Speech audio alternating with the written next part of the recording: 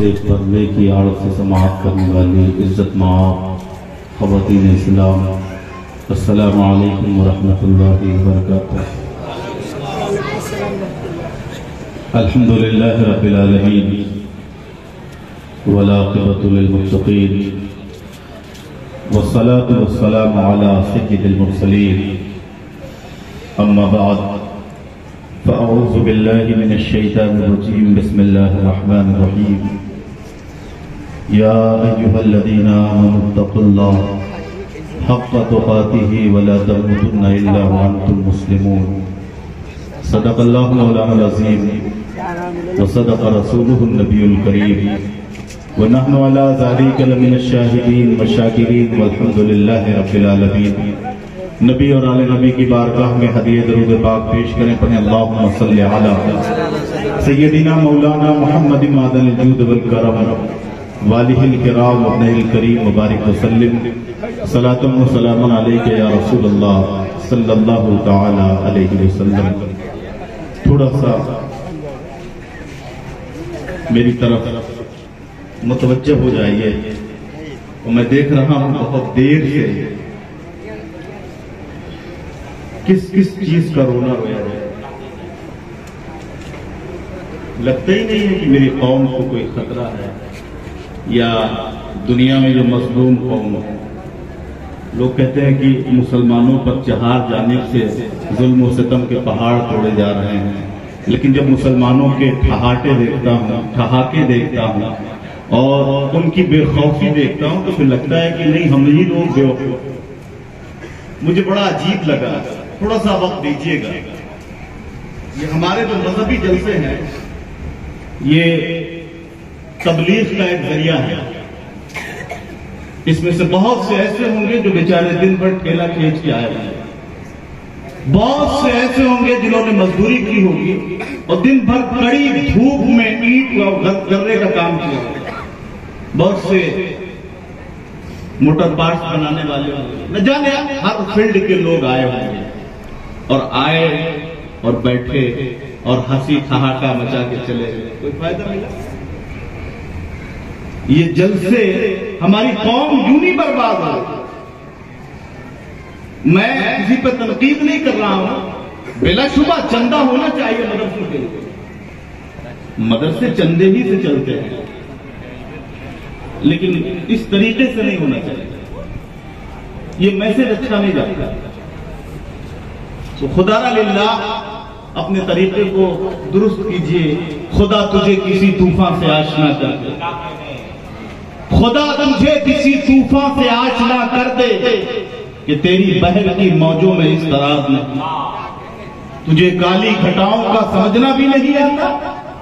زمانہ تیاریاں کر رہا ہے، گاؤں گاؤں شاخائیں کھولی گئی ہے، کس کے لیے؟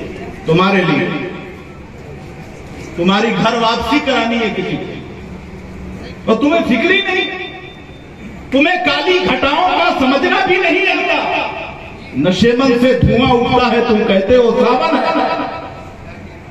افسوس کی بات ہے میری قوم، افسوس کی بات ہے کہ ابھی بھی ہم نہیں جاگے، ابھی بھی ہم یہ کوئی لائے عمل تیار نہیں ہے، نہ ہم اپنی فکر کرتے ہیں نہ آنے والی نسلوں کی فکر کرتے ہیں۔ جو یہاں ہونے جا رہا ہے یہی کبھی اسپین میں ہو چکا ہے۔ تاریخ پر نظر رکھنے والے خوب جانتے ہیں کیا ہوا ہے۔ خدا للہ ہندوستان کو ایسا نہ ہونے، اور یہ آپ بچائیں گے۔ اور کب بچائیں گے؟ جب آپ جاگیں گے، بیدار ہوں۔ خدا تجھے کسی طوفان سے آشنا کر دے کہ تیری بحر کی موجوں میں اضطراب نہیں، تجھے کالی گھٹاؤں کا سمجھنا بھی نہیں آتا۔ نشے من سے دھواں اٹھتا ہے، تو کہتا ہے ساون ہے۔ مسلمانوں جاگو، جاگنا ہے، جاگ لو اخلاق کے سایہ تلے، یہی جاگنا پڑے گا، اور یہی جاگو گے تو نسلیں سلامت رہیں گے، اور اگر نہیں جاگو گے تو سب برباد ہو جائے۔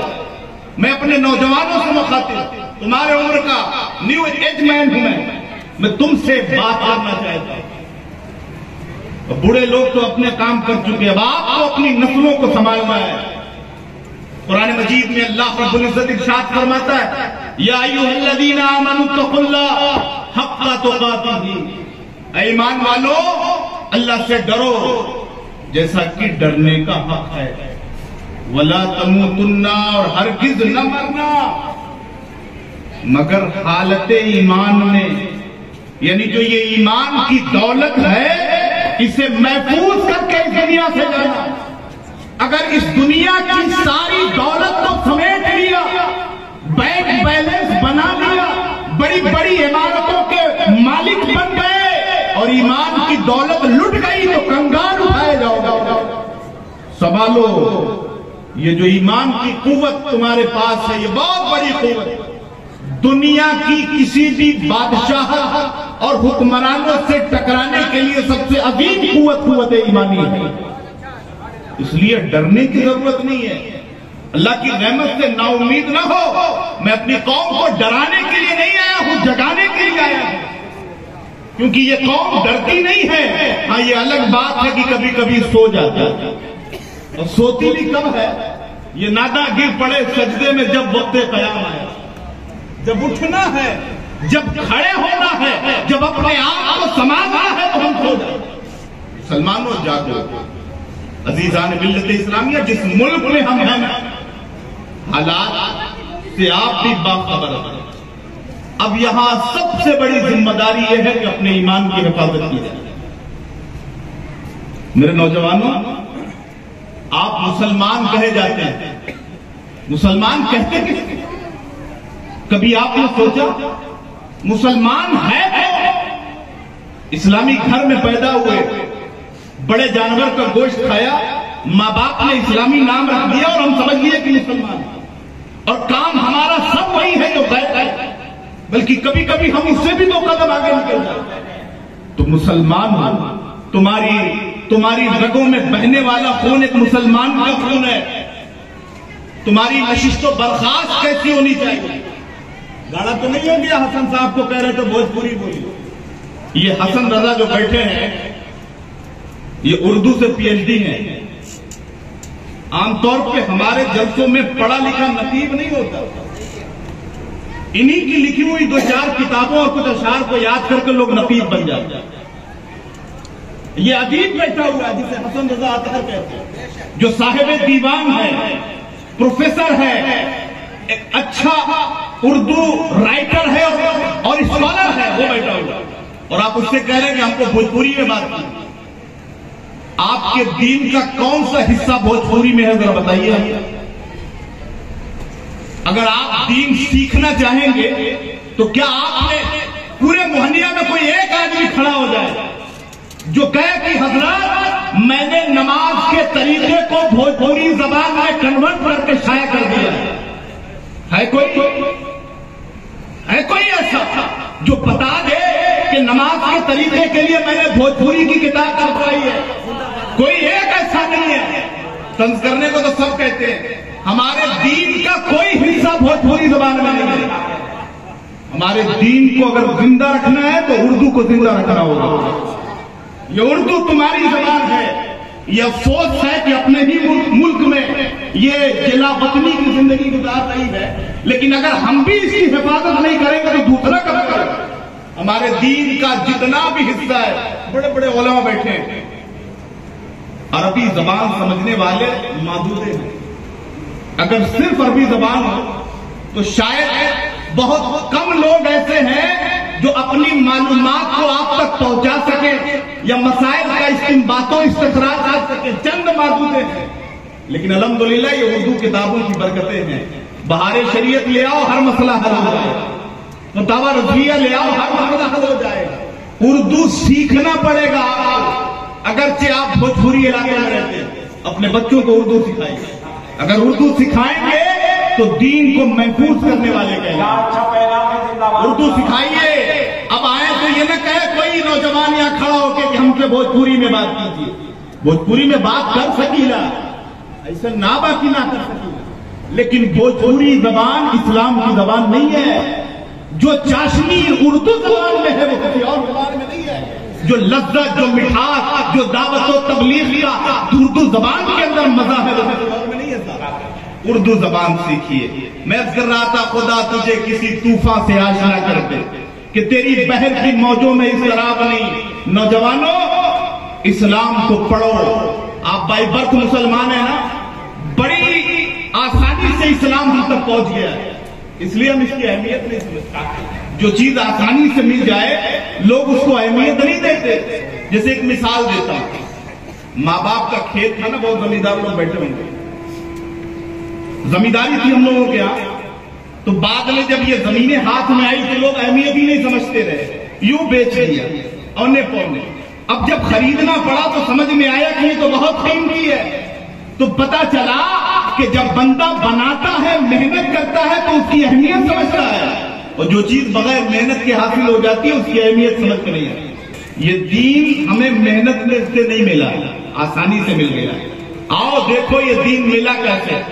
کربلا کے میدان میں امام حسین نے اپنے رفقا کے ساتھ خاک و خون کے درمیان اپنے لوگوں کو تڑپایا ہے, تب یہ دین تم تک پہنچا ہے. میدان کربلا میں حضرت علی اکبر و اصغر تڑپے ہیں, تب یہ دین تم تک پہنچا ہے. جب جب اسلام پر ضرورت آئی ہے, اسلام کے نوجوانوں نے اپنی جان کی بازی لگائی ہے, تب یہ دین تم تک پہنچا.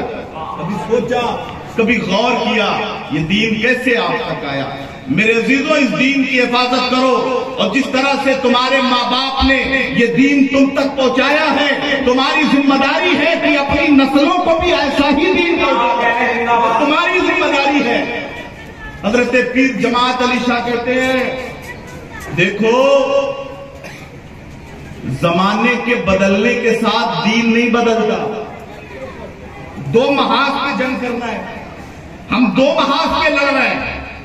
ایک تو بدعقیدے ہیں جو دین چرانا چاہتے ہیں, اور ایک جو کھلے ہوئے ہیں جو ہمیں برباد کرنا چاہتے ہیں. دو طرف سے لڑ رہے ہیں, تو دونوں طرف سے ہوشیار رہو. ایک تو وہ ہے جو دین چرا لے جائے گا, آپ کی شکل میں آئے گا, نماز روزہ دکھا کے آئے گا. اعلیٰ حضرت کہتے ہیں سونا جنگل رات اندھیری, چھائی بدلی کالی ہے. سونا جنگل رات اندھیری, چھائی بدلی کالی ہے. سونے والوں جاگتے رہیو, چوروں کی رکھوالی ہے. آنکھ سے کاجل صاف چرا لیں, یا وہ چور بلا کے ہیں, تیری گٹھڑی تاکی ہے اور تو نے نیند نکالی ہے.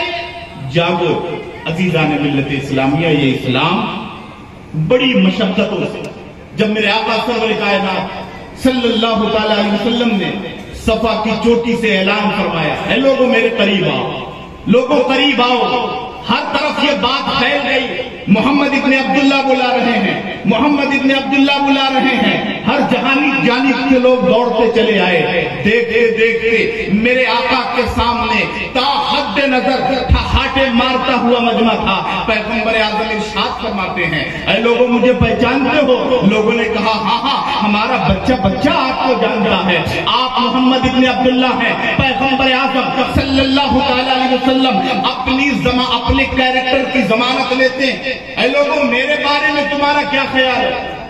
میں بشمول خود اپنے مبلغین کو بھی کہنا چاہتا ہوں, دین کی دعوت دیجئے تو اپنے آپ کو بھی ٹھیک کر لیجیے. اگر ہم نماز نہ پڑھیں اور آپ کو کہیں کہ آپ نماز پڑھیے, تو آپ کہیں گے مولانا صاحب پہلے آپ تو نمازی بن جائیے. پیغمبر اعظم ہمیں نصیحت فرماتے اور دین کا دائی بناتے ہیں اور تبلیغ کرنے کا طریقہ عطا فرماتے ہیں. ارشاد فرماتے ہیں, اے لوگوں یہ بتاؤ میرے بارے میں کیا خیال ہے؟ کیا میں نے کبھی جھوٹ بولا؟ مجمع میں کھڑے ہو کر علل اعلان اپنے کیریکٹر کی ضمانت لینے میں آج بھی لوگوں کے پاؤں کپ کپانے لگے. کوئی بھی ہو, کوئی آدمی, کوئی نہ کوئی کھڑا ہو جائے گا, حضرات فلاں وقت آپ نے یہ کہا تھا, فلاں وقت یہ کہا تھا. پیغمبر اعظم نے کس کے سامنے؟ مشرکین کے سامنے, جو اللہ کو ماننے والے نہیں تھے. پیغمبر فرماتے, اے لوگوں یہ بتاؤ میں نے کبھی جھوٹ بولا؟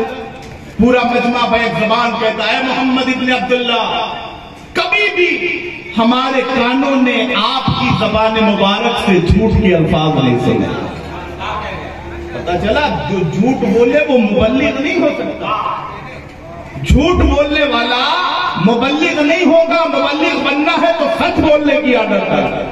پیغمبر فرماتے ہیں لوگوں یہ بتاؤ میں نے کبھی جھوٹ بولا؟ مجمع گواہی دیتا ہے نہیں، ہمارے کانوں میں کبھی بھی آپ کی زبان مبارک سے جھوٹ کے الفاظ نہیں سنے۔ آقا فرماتے ہیں یہ بتاؤ میں نے آج تک کبھی بھی کسی کے مال میں کوئی خیانت کی ہے؟ اللہ اکبر! پورا مجمع بیک زبان کہتا ہے اے محمد ابن عبداللہ، مال کو اپنے پاس رکھ کر ہم اتنا محفوظ نہیں سمجھتے ہیں جتنا آپ کے پاس رکھ کے سمجھا کرتے ہیں۔ اللہ اکبر! میرے آقا فرماتے پہاڑ کی جس بلندی پر میں کھڑا ہوں، جو میں دیکھ رہا ہوں وہ تم نہیں دیکھ رہے۔ اگر میں کہوں کہ کوئی لشکر جرار ہے جو تمہارے اوپر حملہ کرنے والا ہے تو کیا میری بات مانو گے؟ تو پورے مجمع نے بیک زبان کہا اے محمد ابن عبداللہ، کبھی بھی ہم نے آپ سے جھوٹ کے الفاظ نہیں سنے ہیں۔ اگر آپ کہتے ہیں کوئی لشکر ہمارے اوپر حملہ کرنے والا ہے تو ہم اپنے دفاع کی تیاری کریں گے، اپنی حفاظت کا انتظام کریں گے، اپنی تلواروں کو سیٹل کریں گے، اپنی سرحدوں کی محافظت کریں گے۔ اللہ اکبر! جب میرے آقا نے اپنے کیریکٹر کی گواہی لے لی تو سب سے پہلی دعوت جسے توحید کی کہا جاتا ہے میرے آقا نے اور فرمایا اے لوگوں سنو، جن پتھروں کو تم پوجتے ہو یہ عبادت کے لائق نہیں ہے۔ اس وحدہ لا شریک کی عبادت اور پرستش کرو جس نے مجھے پیدا کیا، جس نے تمہیں پیدا کیا اور اس ساری کائنات اور برہمانڈ اور یونیورس کو پیدا کیا، سب کچھ اسی نے بنایا، اس کی عبادت کرو، اس کی پرستش کرو۔ پہلی دعوت، توحید کی پہلی دعوت، بڑی پرامن دعوت۔ لوگ کہتے ہیں اسلام تلوار کی زور سے پھیلا ہے، میں کہتا ہوں آؤ محمد عربی کی دعوت دین کا طریقہ دیکھو۔ محمد عربی اپنے کیریکٹر کو پیش کرتے ہیں، اسلام تلوار سے نہیں پھیلا ہے بلکہ محمد عربی کے کردار سے پھیلا ہے۔ آپ کو دیکھنے کے بعد، آپ کے کردار کو دیکھنے کے بعد لوگ پکار اٹھے اشہد ان لا الہ الا اللہ واشہد ان محمدا عبدہ ورسولہ۔ تو جب میرے آقا نے پہلی دعوت دی تو دعوت کا جواب پتھروں سے آیا، کنکروں سے آیا، جس میں ناظرین پر پتھر برسائے گئے۔ آج آپ نے مجھے بلایا، پھولوں سے سجا ہوا یہ اسٹیج میرے حوالے کر دیا، یہ بہترین قسم کا مائک مجھے دے دیا اور کہا حضرت دین کی دعوت پہنچا دیجئے۔ اب اگر میں دو چار کلمات کچھ آپ کو سنا دوں تو اس میں میرا کیا کمال ہے؟ آگے نکل لی، کوئی کمال نہیں۔ کمال تو اس وقت تھا جب لوگ محمد عربی کی بات سننا نہیں چاہ رہے تھے، جب اپنے کانوں میں روئی ٹھوس کے آتے تھے، جب پیغمبر اعظم پر تیر و تفنگ کی اور کنکروں اور پتھروں کی بارش کر رہے تھے، اس وقت میرے آقا نے دین پہنچایا۔ اور عزیزان ملت اسلامیہ، طائف کی گلیوں میں اتنا پتھر برسایا گیا، اتنا پتھر برسایا گیا مصطفیٰ جان رحمت کے جسم نازنین پر کہ پاؤں مبارک نالین مبارک سے چپک گئے۔ اب سوچو کتنا خون بہا، کس کا خون بہ رہا ہے؟ جو مختار کائنات ہے۔ فرشتے حاضر ہوئے، جبریل میں حاضر ہوئے، عرض کیا یا رسول اللہ یہ قوم آپ کا مرتبہ نہیں جانتی، آپ حکم دیجئے ہم طائف کے پہاڑوں کو آپس میں ملا دیں گے اور اہل طائف کا وجود ختم ہو جائے گا۔ تو محمد عربی نے کیا فرمایا؟ آج وہی عمل اپنانے کی ضرورت ہے۔ آج اگر کوئی برادر وطن کوئی الٹی سیدھی باتیں دیکھ کر یا پروپیگنڈے والی فلمیں دیکھ کر آپ کو کچھ کہتا ہے نا، پلٹ کے جواب میں تو مسکرا کے بات کرو، مسکرا کے بات کرو۔ ایک نسخہ بتاتا ہوں، محمد عربی کا عطا کیا ہوا نسخہ، کہ جب پتھر مارے جا رہے تھے جبریل امی حاضر ہوئے، عرض کیا یا رسول اللہ آپ اگر حکم دیں تو طائف کے پہاڑوں کو آپس میں ملا دیا جائے اور اہل طائف کا وجود ختم ہو جائے۔ تو رحمت والے پیغمبر فرماتے ہیں کہ میں انہیں مٹانے کے لیے نہیں آیا، میں انہیں برباد کرنے کے لیے نہیں آیا ہوں۔ دعا کرتے ہیں اللہ انہیں ہدایت عطا فرما دے، یہ تیرے نبی کا مقام و مرتبہ نہیں جانتے ہیں، مولا انہیں بھی ہدایت عطا فرما دے، انہیں نسلوں کو بھی ہدایت عطا فرما دے۔ پتھروں کا جواب دعاؤں سے۔ تو اگر آج بھی کچھ لوگ برین واش ہو گئے ہیں، آپ کو برا بھلا کہنا چاہ رہے ہیں، آپ محبت سے بات کیجیے، اپنے نبی کی سنت پر عمل کیجئے، انشاءاللہ جو دلوں کو بدلنے والا رب ہے وہ کافروں کے دلوں کو بھی بدل دے گا اور انہیں بھی اسلام کی دولت سے مالا مال کر دے گا۔ گھبرائیے مت، تلک الایام نداولها بین الناس، یہ دن ہے، یہ بدلتا رہتا ہے، کبھی اپ کبھی ڈاؤن، کبھی اپ کبھی ڈاؤن۔ آپ کو نہیں گھبرانے کی ضرورت، آپ نہیں مٹ جائیں گے، تو نہ مٹ جائے گا ایران کے مٹ جانے سے، نشہ میں کو تعلق نہیں پیمانے سے، ہے آیا یورش تاتار کے افسانے سے، پاسباں مل گئے کعبے کو صنم کھانے سے، پاسباں مل گئے کعبے کو صنم کھانے سے۔ اللہ جب تک چاہے گا تمہارا امتحان لے گا، اور جب چاہے گا تمہارے درمیان کسی خالد بن ولید کو پیدا فرما دے گا، کسی صلاح الدین ایوبی کو پیدا فرما دے گا، وہ جب چاہے گا اپنے دین کو سر بلند فرما دے گا۔ نہیں گھبرانے کی ضرورت ہے، ہاں اپنے کو ٹھیک کرنے کی ضرورت ہے، اپنے کو ٹھیک کیجئے، کسی اور سے مت پوچھئے۔ آپ کے اندر ایک جج بیٹھا ہوا ہے، جج، وہ فیصلہ دے گا آپ کے بارے میں۔ پوچھئے کبھی اس سے کہ جو اسلام کے تقاضے ہیں کیا ہم اس پہ کھڑے ہیں؟ جو اسلام ہم سے مطالبہ کر رہا ہے، ہماری پیشانیوں میں سجدوں کی تڑپ نہیں، مسجد نوحہ ہے کہ نمازی نہ رہے، یعنی وہ صاحب اوصاف حجابی نہ رہے۔ مسجد تو بنا لی پل بھر میں، ایمان کی حرارت والوں نے، من اپنا پرانا پاپی تھا، برسوں میں نمازی بن نہ سکے۔ پیشانی میں جب سجدوں کی تڑپ نہیں ہوگی تو دین کی چاشنی کہاں سے ملے گی؟ ایمان کی بنیاد ہے نا 5 چیزوں، اس میں سے ایک نماز بھی ہے، اور اس کے بارے میں اللہ کے رسول نے فرمایا کہ جس نے نماز کو قائم کیا اس نے دین کو قائم کیا، اور جس نے نماز کو ترک کر دیا اس نے دین کو ڈھا دیا۔ ڈھا تو آپ رہے ہیں صاحب، ڈھا تو آپ رہے ہیں، مسجدوں کی ویرانی کا سبب تو آپ بنے ہوئے ہیں، بازاروں میں، قہوہ خانوں میں، جگہ جگہ کی خرافات کے اڈوں پر ہمارے مجمع نظر آتے ہیں، لیکن مسجدیں ہماری، یہ افسوس کی بات ہے کہ نہیں؟ اور اگر آپ جنت کا ٹکٹ لے کے بیٹھے ہیں تو ہمیں بھی دکھا دیجیے، میں بھی دیکھوں کہ کتنا مضبوط ٹکٹ ہے۔ بہت سے لوگ کہتے ہیں کہ ہمیں نماز پڑھنے کی ضرورت نہیں ہے، ہمارے پاس تو جنت کا ٹکٹ ہے۔ خطیب اعظم ہندوستان تشریف لا رہے ہیں، ان کا استقبال کریں۔ نعرہ تکبیر، نعرہ رسالت، جلوہ دستان بندی، علامہ نعمان اختر ماہر جمالی، حضور پیر طریقت، مدرسہ اشرفیہ فاروقیہ، نعرہ تکبیر، نعرہ رسالت۔ آپ احمد محمود بختار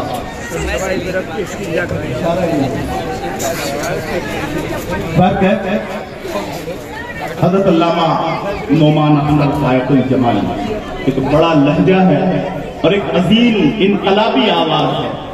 انشاءاللہ میرے بعد آپ انہیں سماعت فرمائیں گے، ممبر شریف پر آ گئے ہیں، ان کی موجودگی میں اپنی تقریر کو ان کی موجودگی سے مستند کرتے ہوئے چند باتیں آپ تک پہنچا دے رہا ہوں۔ لوگ کہتے ہیں کہ میرے پاس ٹکٹ ہے، ارے بھائی دکھائیے وہ کون سا ٹکٹ ہے جو آپ کو نماز پڑھنے سے روک رہا ہے، جو آپ کو ڈائریکٹ جنت میں لے کے جا رہا ہے، کیونکہ جو جنت بانٹنے کا اختیار رکھتا ہے ان کے علاوہ کسی کو اختیار نہیں ہے۔ جو جنت بانٹنے کا اختیار رکھتا ہے وہ بھی نماز کی تلقین فرما رہا ہے۔ معلوم حضرت ربیہ پیارے آقا صلی اللہ علیہ وسلم کا دریائے رحمت جوش میں، پیغمبر دریائے رحمت جوش میں میرے آقا فرماتے سل یا ربیہ، اے ربیہ مانگو کیا مانگتے ہو؟ اللہ اکبر، کون کہہ رہا ہے؟ جو مختار کائنات ہے۔ کون دیتا ہے دینے کو منہ چاہیے، دینے والا ہے سچا ہمارا نبی، جن کی زبان کا حال یہ ہے کہ تمہارے منہ سے جو نکلی ہو جو وہ بات ہو کے رہی، جو شب کو کہہ دیا دن تو دن نکل آیا، اور جو دن کو کہہ دیا شب تو رات ہو کے رہی، تمہارے منہ سے جو نکلی وہ بات ہو کے رہی۔ مانگو ربیہ کیا مانگتے ہو؟ آج کا کوئی بڑا آدمی ہمیں اور آپ میں کسی کو کھڑا کر دے بولے کہ مانگو کیا مانگتے ہو، تو ہم دیکھیں گے تو یہ تو بہت بڑا اختیار کا مالک ہے، لاؤ اس سے چیئرمین ہی مانگ لیتے۔ کوئی کہے گا صاحب ہم کو گاؤں کا پردھان بنا دیجیے، کوئی اور اوپر جائے گا تو ودھائکی کا ٹکٹ مانگ لے گا، کوئی اور اوپر جائے گا تو گورنر بن جائے گا۔ ہم اپنی بساط کے اعتبار سے مانگتے ہیں، لیکن آؤ دیکھو صحابی رسول نے کیا مانگا اور کیا سکھایا کہ مانگنا کیا چاہیے۔ آقا نے کہا ربیہ مانگو، کیا مانگتے ہو؟ حضرت ربیہ کہتے ہیں اسألک مرافقتک فی الجنہ، اے اللہ کے رسول جنت میں جہاں آپ رہیے گا اپنے قدموں میں اس غلام کو بھی جگہ عطا فرمائے، جہاں آپ رہیے گا مجھے بھی وہیں رکھ لیجئے گا اپنی غلامی میں۔ اللہ، میرے آقا نے فرمایا چلو جنت کا ٹکٹ دیا، لیکن اے ربیہ کثرت سجود سے میری مدد کرنا۔ اللہ اکبر، پتا کیا چلا کہ نبی نے جنت کا ٹکٹ عطا کر کے بھی اپنے صحابی کو فرمایا کہ سجدہ کبھی نہ چھوڑنا، تم سجدے کی ضمانت دے دو میں جنت کی ضمانت دے دوں۔ پتا چلا کہ پیشانیوں میں سجدوں کی تڑپ ہونے چاہیے۔ آج آپ یہاں بیٹھے ہیں موہنیا کی سرزمین پر، اور ایسے پیغمبر کے ماننے والے ہیں جو مدینے سے آپ کو دیکھ ہی رہا ہے، ملاحظہ فرما رہا ہے۔ یہ نہ سمجھیے کہ ہم دنیا میں سی سی ٹی وی دیکھ لیتے ہیں آپ لوگ گھبرانے لگتے ہیں، نشست و برخاست کا حساب کتاب سنبھال لیتے ہیں، بھائی ہم سی سی ٹی وی کیمرے کے نظر میں، اللہ اکبر، اللہ بھی دیکھ رہا ہے اور رسول اللہ بھی دیکھ رہے ہیں، اور جہاں جہاں رہو گے وہاں دیکھو گے، ان کی نظر سے کبھی تمہیں کوئی روپوش نہیں کر سکتا، نگرانی میں ہو اس لیے عمل کو ٹھیک کر لو۔ بندہ مٹ جائے نہ آقا پہ وہ بندہ کیا ہے، پتا ہے انہیں؟ بندہ مٹ جائے نہ آقا پہ وہ بندہ کیا ہے، اور بے خبر ہو جو غلاموں سے وہ آقا کیا ہے۔ آقا کو خبر ہے اپنے غلاموں کو۔ ایک حدیث پیش کرتا ہوں، بات ختم کروں گا۔ آپ یہاں بیٹھے ہیں، آپ پریشانی کے عالم میں ہیں، تکلیف کے عالم میں ہیں، کسی بھی پوزیشن میں ہیں، اگر آپ اپنے رسول کو دل سے یاد کر لیجئے تو رسول بھی آپ کو یاد فرما لیں گے۔ یاد تو کر کے دیکھیے، حضرت ابو ہریرہ رضی اللہ تعالیٰ عنہ کی روایت فرماتے ہیں کہ ہم چند اصحاب مسجد نبوی شریف میں ایک چبوترا بنا تھا اور اسی پر بیٹھتے تھے، اور ان بیٹھنے والوں کو اصحاب صفہ کہا جاتا ہے۔ فرماتے ہیں کہ میں بھی انہی میں سے تھا۔ ہمارا کام کیا تھا؟ حضور جب تشریف لاتے ہم حضور سے کچھ سیکھنے کی کوشش کرتے، جیسے ہی آقا تشریف لاتے ہم گھیرا بنا کے بیٹھ جاتے اور حضور سے کچھ سیکھنے لگتے۔ جب حضور چلے جاتے ہماری ڈیوٹی ختم۔ فرماتے ہیں ہم کھانا پینا کیسے چلتا تھا؟ لوگ کچھ دے دیتے تھے تو کھا لیتے اور نہیں دیتے تھے تو صبر کرتے تھے۔ فرماتے حضرت ابو ہریرہ کہ ایک بار ایسا ہوا کہ ایک پورا دن گزر گیا، کسی نے کچھ پوچھا ہی نہیں کہ کھایا ہے کہ نہیں کھایا، اور صحابہ کرام ہے اللہ اکبر، غیرت ہاتھ پھیلانے کی اجازت بھی نہیں دیتی، کسی سے کہہ دے کہ میں بھوکا ہوں مجھے کھلا دو۔ فرماتے ہیں جب بھوک مسلسل بڑھتی رہی تو میں دروازے پہ آ کے کھڑا ہو گیا، اور میں نے سوچا کہ کوئی مجھے دیکھے گا، میرے سوکھے ہوئے لب سے، میرے اترے ہوئے چہرے سے دیکھ کر یہ اندازہ لگا لے گا کہ میں بھوکا ہوں۔ فرماتے ہیں میں نے دیکھا حضرت ابو بکر آ رہے ہیں، قریب آئے، میں نے سلام کیا، انہوں نے میرے سلام کا جواب دیا، کچھ نہیں پوچھا کہ میں بھوکا ہوں کہ نہیں بھوکا ہوں۔ حضرت عمر آئے، فرماتے ہیں کہ میں نے سوچا کہ ان سے بات کروں گا، گفتگو دراز کروں گا، کوئی مسئلہ بھی پوچھوں گا۔ فرماتے وہ قریب آئے، میں نے سلام کیا، بات کی، مسئلہ بھی پوچھا، انہوں نے سب کچھ بتا دیا اور چلے گئے۔ یہ نہیں پوچھا کاہے کھڑے ہو، چہرہ کیوں اترا ہوا۔ فرماتے ابھی اسی درمیان میں نے دیکھا کہ کائنات کے تاجدار آ رہے ہیں، احمد مختار آ رہے ہیں، غریبوں کے غمگسار آ رہے ہیں۔ حضور قریب آئے، حضرت ابو ہریرہ کہتے ہیں میں نے دل میں سوچا کہ حضور سے بھی گفتگو دراز کروں گا، مسئلہ پوچھوں گا، اور حضور سے اپنے بھوک کا تذکرہ بھی کروں گا، اب برداشت نہیں ہوتا ہے۔ فرماتے ہیں کہ میں نے بات چیت کا سلسلہ دراز کرنا چاہا اور سلام کیا، السلام علیکم یا رسول اللہ، اے اللہ کے رسول آپ پر سلامتی ہو۔ مسئلہ پوچھنا چاہ رہا تھا کہ حضور نے فرمایا ابو ہریرہ کیوں کھڑے ہو، بھوک لگی ہے کیا؟ اللہ اکبر، بندہ مٹ جائے نا، بندہ مٹ جائے نا آقا پہ وہ بندہ کیا ہے، بے خبر ہو جو غلاموں سے وہ آقا کیا ہے۔ حضور کو خبر ہے کہ ابو ہریرہ کیوں کھڑے ہیں، میرے آقا فرماتے ابو ہریرہ چلو میرے گھر چلو۔ حضرت ابو ہریرہ فرماتے ہیں آج تو میری قسمت کا ستارہ بلندی پر تھا، آج میری تقدیر کا ستارہ اور جو سوریا پر پہنچا ہوا تھا، میں